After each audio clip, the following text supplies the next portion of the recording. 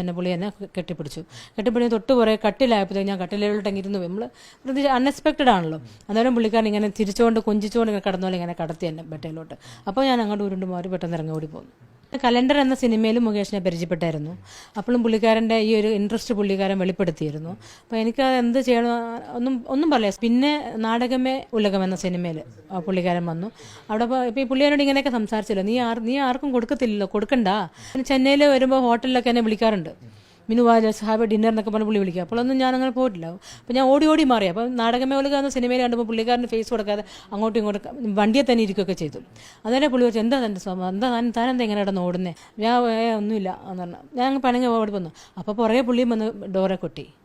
ഡോറെ കൊട്ടി കഴിഞ്ഞപ്പോൾ പറഞ്ഞു, എന്താ ഇവിടെ സിനിമ ലോകം തന്നെ കുറച്ച് അറിയത്തില്ല, ഇതെന്താ ഇങ്ങനെയൊക്കെ കിടന്ന്, എങ്ങനെ ഈ പരുക്കം സ്വഭാവമൊക്കെ എന്താ ഇത് എന്നൊക്കെ പറഞ്ഞിട്ട് അവിടെ വെച്ച് എന്നെ പുള്ളി എന്നെ കെട്ടിപ്പിടിച്ച് തൊട്ട് കുറേ കട്ടിലായപ്പോഴത്തേക്ക് ഞാൻ കട്ടിലോട്ടങ്ങിരുന്നു. നമ്മൾ പ്രത്യേകിച്ച് അൺഎക്സ്പെക്റ്റഡ് ആണല്ലോ. അന്നേരം പുള്ളിക്കാരൻ ഇങ്ങനെ തിരിച്ചുകൊണ്ട് കൊഞ്ചിച്ചുകൊണ്ട് ഇങ്ങനെ കടന്നോലെ ഇങ്ങനെ കടത്തി എന്നെ ബെട്ടയിലോട്ട്.